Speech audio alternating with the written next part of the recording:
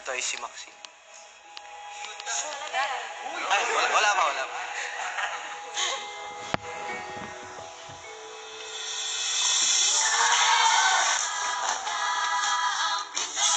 Nagpapasalamat po din ako sa kanya dahil siya din po yung rason kung bakit ko nakita yung papa at kuya ko sa loob ng bahay niyo po.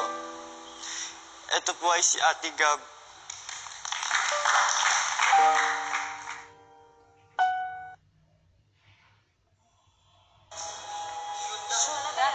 Ay, wala pa. Grabe naman ang task na yan! Hello mga kapamilya! Live na live tayo on a Monday. Kasama niyo kami, Bianca G, Mel IC, and of course, our shy dream boy of Quezon City, Ashton. Ashton, say hi sa lahat ng kapamilya. Hello po ulit. Magandang hapon po. Magandang hapon po ulit. Magandang hapon po ulit. Sinek muna niya. Anong oras na ba? Nasanay po ako sa bahay. Magandang hapon po sa inyo lahat ulit. Kumonisens po. Ayan, Kumonisens. Kasama na natin si Ashton at ang dami talaga naghihintay sa kanya, Ate B, dito sa outside world. Marami mang nalungkot, pero tatanungin muna natin si Ashton, Ate B. Gano'n ko muna yung mga kasama ko dito sa loob ng kuan. So, may mga housemates din ako dito. Tatanungin natin si Ashton kung nakauwi ka na ba sa bahay, nakapag-adjust ka na ba, nakapag-bonding ka na with your family?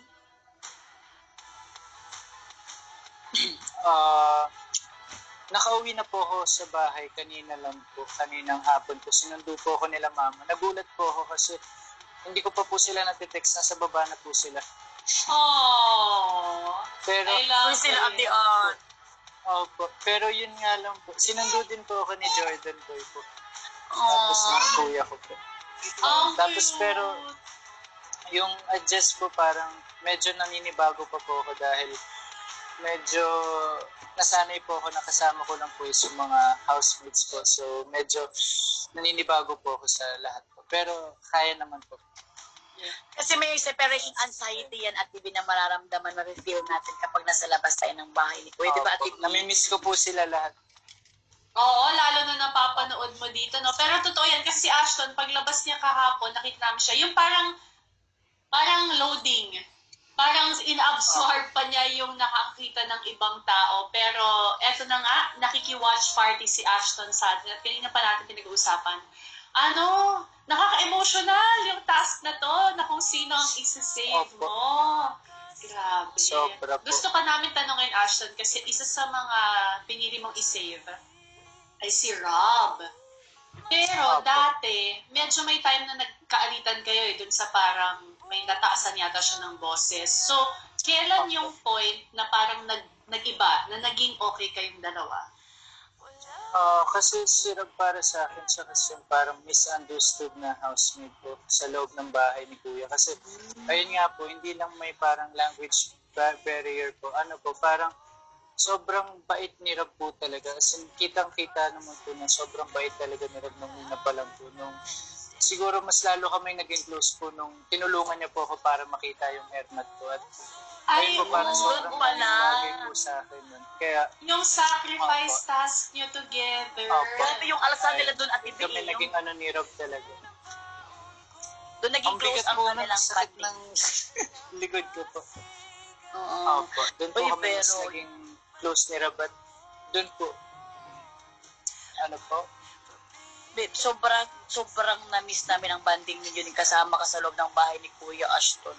Uy, ang rami talagang nalungkot, Ashton. But then again, ganon talaga ang journey ng Pinoy Big Brother, may lalabas at may magstay talaga. At ang kagandahan nito talagang si Ashton is, bilang tita niya, kasi tita talaga ako ni Ashton. Kapatid ako. Kasi kaibigan ko na sila at yan. Nakilala ka namin, Ashton, sa loob ng bahay ni Kuya na talagang isang matured man. Yung alam mo, parang nashock ako na ganito para si Ashton, no? Kasi iba talaga yung sa bahay ng mama niya kaysa sa bahay ni Kuya. Tsaka diba, Ashton, sabi ko sa'yo kagabi, dun sa camp, sobra talaga niyang shy, halos di nagsasalita, pero talagang sa loob ng bahay lumabas ang kanyang confidence. Eto, meron tayong mga less than 1 minute. Isa din sa binoto mo, si Maxine. At obviously, siya ang isa sa pinakamahal ng mga mga housemates. Pero, nung nalaman mo na may Maxton, nag-ship ng Ashton and Max, anong reaction mo dyan? Medyo ano lang po, parang medyo may mga ibang nagulat lang po ako na sinip po ako sa iba. So medyo nakakapanibago pa po ngayon, process lang. Pero ayun, na-miss ko. Bakit sa iba? Kanino mo iniisip ka na ship? Ba't Na sabi oo mo na nga. si Max, na-ship ka sa iba? Na-ship po ako parang pagkalabas ko may na-ship ako sa iba po. Parang para sa akin ang labo po. Pero okay naman. Matapos mabigyan ng punto si Maxine, nabigo na si Luke makashoot sa mga sunod niyang napili.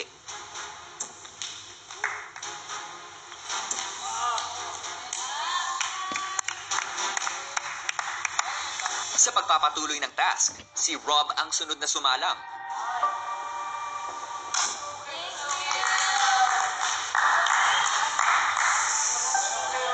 Okay. Mukhang hindi makuha ni Rob ang tamang pagbato ng disc dahil hindi rin na ito na-shoot sa basket ni Ashton, Islam at Tiff. So close! At para sa huling disc ni Rob, This person is my mentor in cooking rice. She told me to sit back and reassess. And that is how I'm learning right now. Miss Trinidad.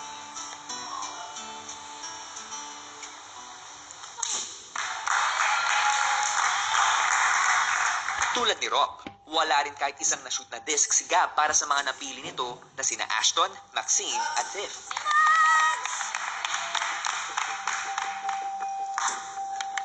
Nilaan naman ni Gab ang dalawang natitirang disc para sa malapit niyang kaibigan na si Luke. Pero tulad ng mga nauna, nahirapan din si Gab na ma-shoot ito sa basket.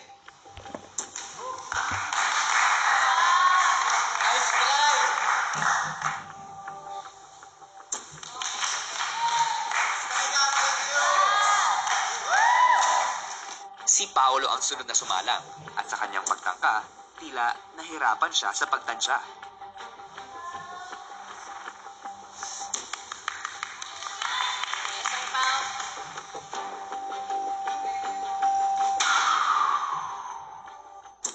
Para sa huling dalawang disc ni Paolo, Kuya, binibigyan ko din po to ng 2 CD.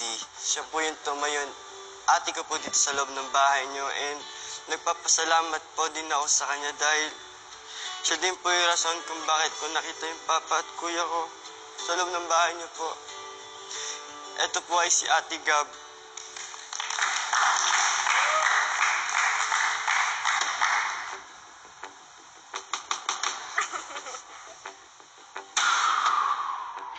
Yan!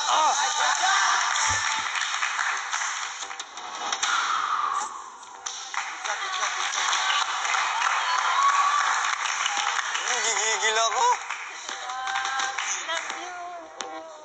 maya-maya pa, isang mahalagang anunsyo ang ibinigay ni Kuya sa housemates. Matapos ang inyong hamon, 4 sa inyo ang nagkaroon ng puntos. At ito ay sina Gab, Stephanie, Rob, at si Maxine. Ngunit ayon sa ating napag-usapan, ang dalawang may pinakamataas na puntos ang siyang magwawagi sa hamon na ito. At sila ay parehong nakakuha ng 3 puntos. Maxine at Rob, congratulations! Kayo nagwagi sa hamon na ito.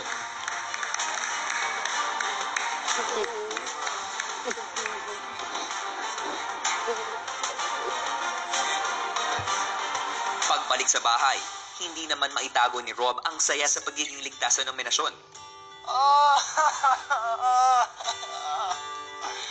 I've been nominated so many times. I was so surprised that many people actually threw the disc at my basket. Kinagabihan, hinarap ng housemates ang ika-4 na eviction at si Ashton na nga ang tuluyan nagpaalam sa mga kasama. Nasayang ako. Sa paglabas ni Ashton, nabalot ng kalungkutan ng buong bahay. No, it's not supposed to be her. It's not supposed to be her. Napakalaking dagok kuya sa amin kasi hindi naman talaga namin in-expect kuya na si Ashton yung aalis. And syempre nakakalungkot kuya kasi yung 3 Musketeers ay napilayan at naging 2 na lang kami ni Dustin.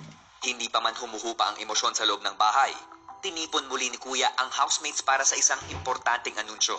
Nais kong sabihin sa inyo na ngayon ay magaganap ang inyong nominasyon. Isang harapang nominasyon. Harapang nominasyon? Harapang nominasyon. Okay, sige. Mangyayari ito sa activity area. Sa hudyat ni Kuya, agad lumipat ang lahat sa activity area.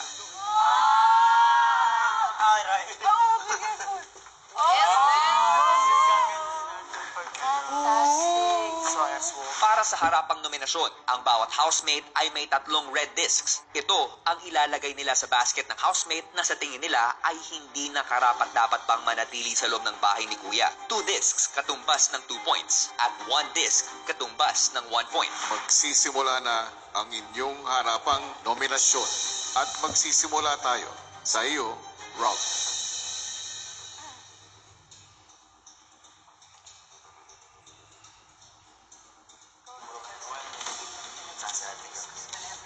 You don't have to think about it. You got this, Rob. Rob! This is the hardest decision I've had to make. I'm sorry I had to give these 2 points because I just don't see them being that diligent around the house. That's the reason. I'm sorry, Luke. I'm sorry, bro. I'm so sorry. That's all I know. I guess it hurt me because you mentioned Luke and Paolo and it hurt me too. But that was a reason and it felt like it was sort of favoritism. But that's not even a stable reason, I suppose. I know. Yeah. I gave my 1 point to Gab. I'm so sorry. It's okay. I'm sorry.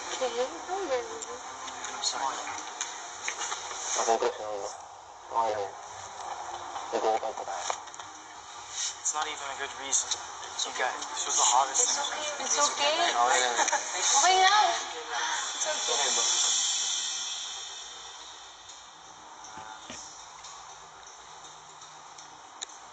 Yung 2 points ko ay ibibigay ko siya sa taong to kasi hindi ko masyadong napansin na gumagawa siya ng gawaing bahay. Nagagawa niya lang minsan pag may kasama siya. Yung pagkakasama niya si Ate Gab. Bibigay ko po yung 2 points kay Luke.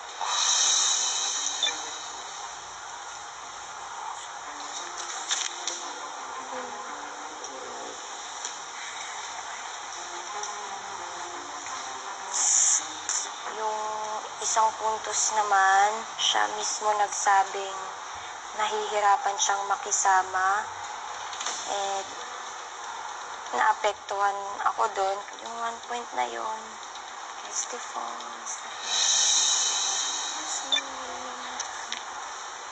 Kasama mo naman kami. Hindi ka mahirapan sa'yo pag-apologize sa baby.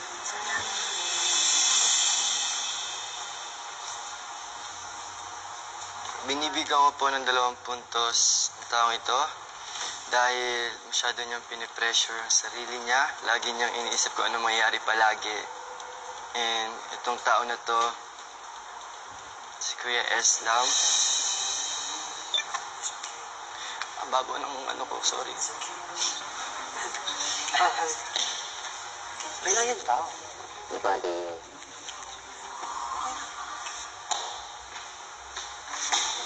Binibigyan ko po ng 1 puntos ang taong ito sa kadahilanan na oras na ng pagtulog noon, pero nakikipagbiruan pa sila. Hindi ako makatulog ng maayos.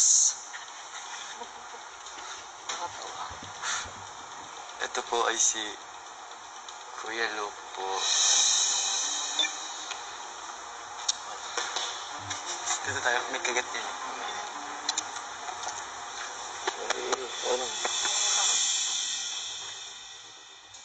Binibigay ko yung 2 points dahil ang taong to ay nung nasa weekly task ay merong time na pinapagalitan na siya ng mga members at team leader. Talagang tumatawa pa rin siya at parang hindi niya sinaseryoso. And ang taong ito si Dusty.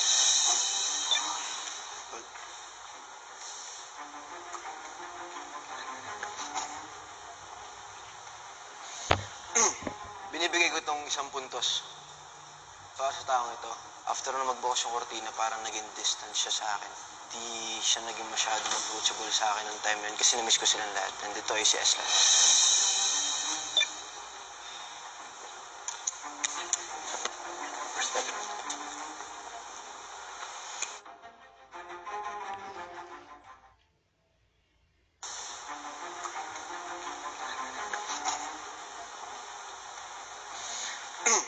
Binibigay ko itong... Oh my gosh! Ayan na nga, agad-agad harapang nominasyon na ng mga teen housemates. Ashton, anong feeling mo pinapanood mo yon? Parang medyo parang ang hirap po ng ginawa nila harapan ng nominasyon po. Parang halo po talaga yung feelings namin din, emotion po namin. Kaya parang ang bigat po ng sobra. Doon pa nga lang po sa confession room pag nagbibigay po ng nomination bawat isang tao, bawat isang housemate po. Sobrang napakabigat na po. Paano pa kaya po kung harap-harapan po?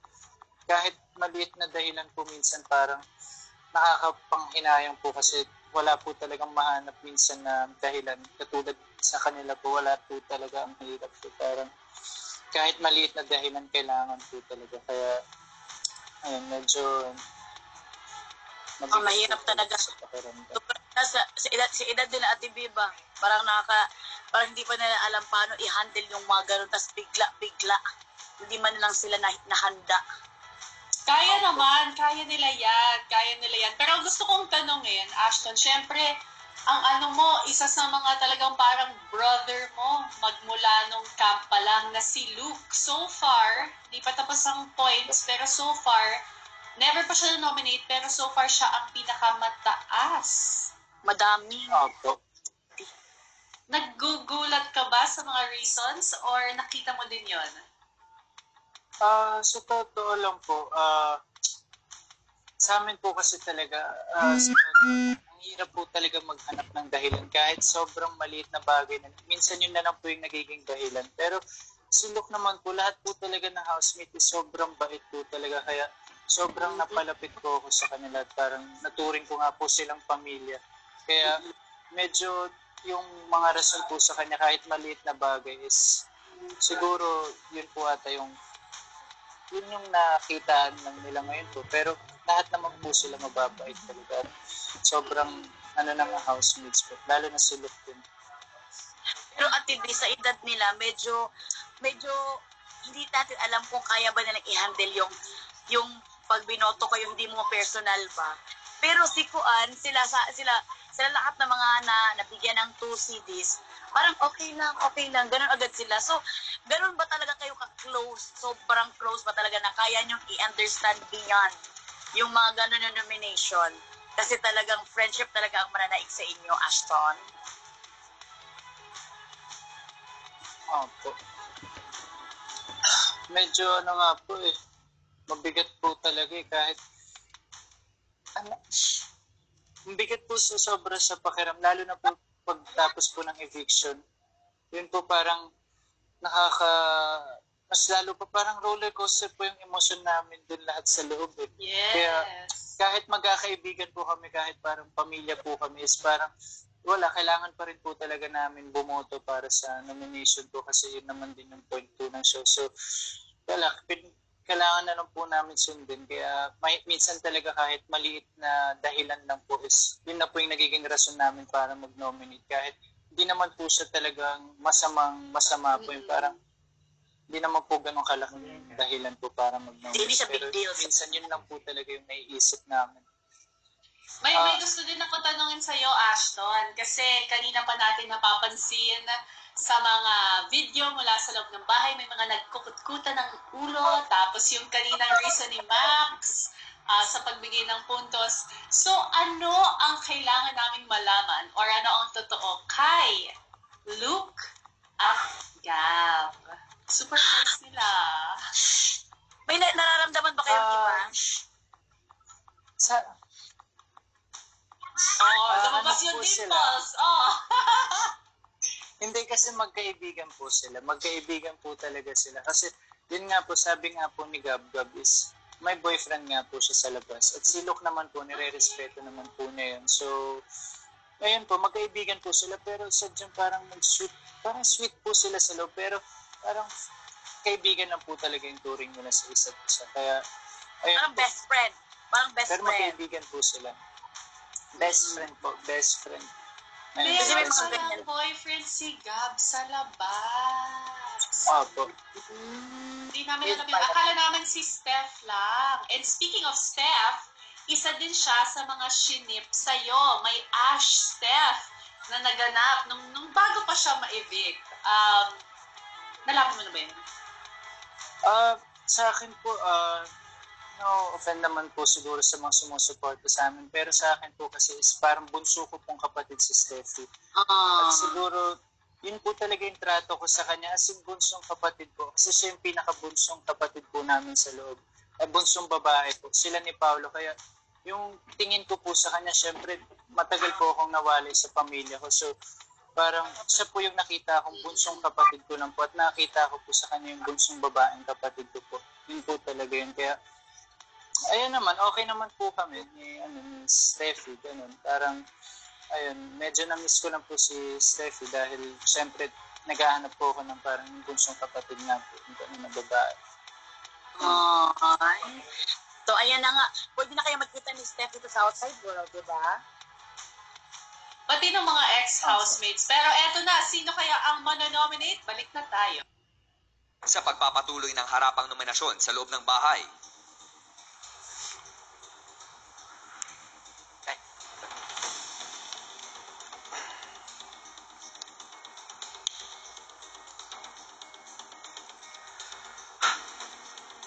2 points sa taong ito dahil napansin ko sa weekly task namin na parang gusto niya siya yung masunod. Hindi mo na siya makinig sa ibang kagrupo niya. At ito po ay tip.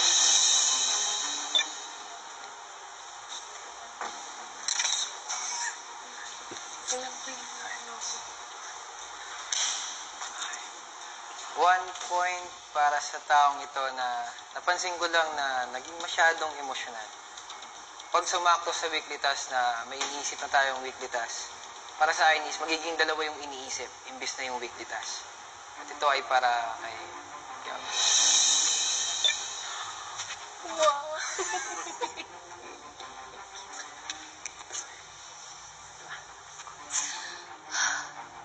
OMG.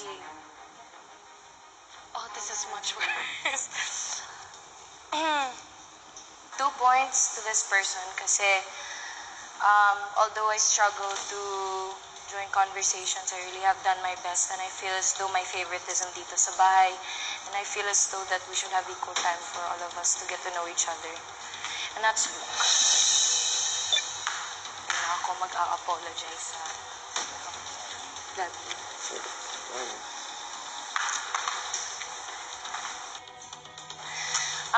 Yung isang point naman po, kagaya ng reason before, I feel as though I have tried my best, pero feel ko pa rin my favoritism at my distance, and that's for God. Hindi na rin ako mag-apologize.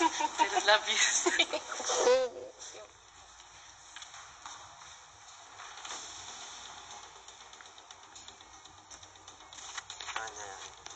Love you all, guys.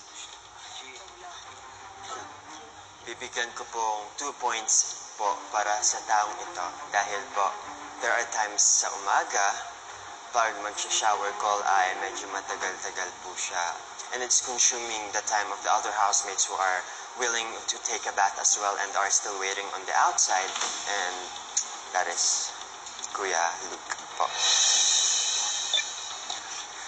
Kuya Luke, love you. Love you. Respect. Okay. This 1 point naman po is for this person since for what I observed during when naghuhugas siya ng plato ay paminsan, she's a very strong person rin, pero pag minsan natatakot ako bigla yung plato, baka biglang, sa sobrang taas pa ng plato, nalalet go niya agad-agad, and minsan natatakot ako, baka yung, it's like parang mababasag siya, pero hindi naman. Pero I'm just concerned sa mga bagay-bagay dito sa loob ng bahay ni Kuya, and that is, please, I give you respect. Nagugas ka pero.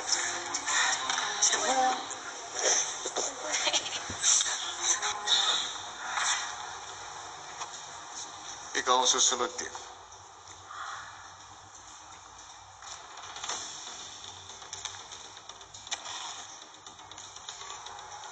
Binibigay ko tong 2 points na to para sa taong to. For the reason na sometimes too much lang yung sinasabi niya. Okay lang naman mag-advise, pero siguro intindihin muna kung anong nafe-feel ng tao, then give advice. And this 2 points goes to Islam.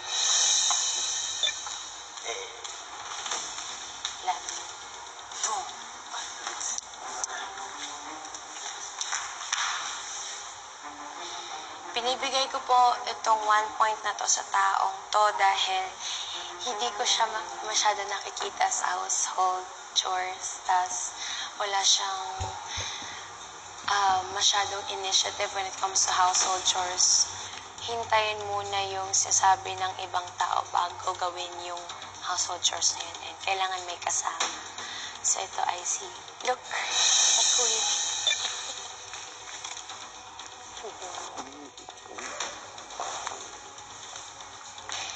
At ikaw na, Gab.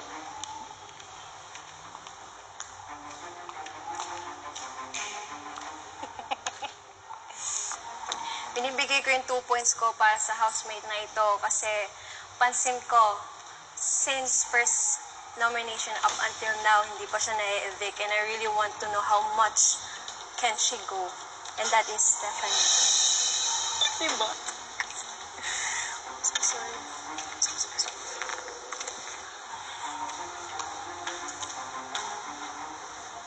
Itong 1 point naman to, ibibigay ko sa housemate na ito kasi dati close kami. Wala lang, namiss ko lang siya. Pero parang nung nag-start yung 4th weekly, tas parang nag-drift apart kami. Close dati, pero ngayon di na. Feeling ko naging distant lang kami. At siya ay si Dusty. Wow. Sorry. Let's go.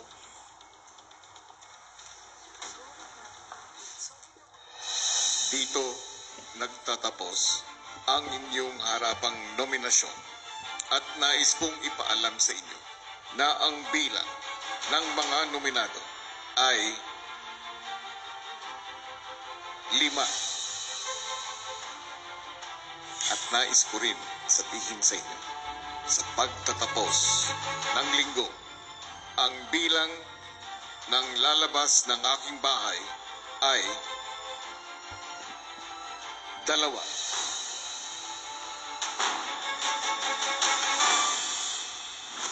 At nakilala na nga natin ang mga napasama sa listahan ng mga nominado para sa linggong ito. Dagdag pa ang pasabog ni Big Brother na double eviction. Kaya naman maaga magpakita ng suporta sa inyong pambatong teen housemates dahil sa puntong ito. Voting is now officially open. At kung paano ang mga paraan ng pagboto, narito, panoorin natin lahat. Sila ang mga nominado ngayong linggo. Ang bida pamilya boy ng Marikina, Dustin. Ang masipag-gwapong anak ng Makati, Eslam. Ang idol ate ng Pasig, Gab. Ang breadwinner bunso ng Batangas, Luke. Ang free-spirit teen voice ng Cebu, Stephanie. Vote via Kumu. Send virtual gifts to save or virtual gifts to evict. You have the power to vote. Pinoy Big Brother Community Season 10 Team Edition.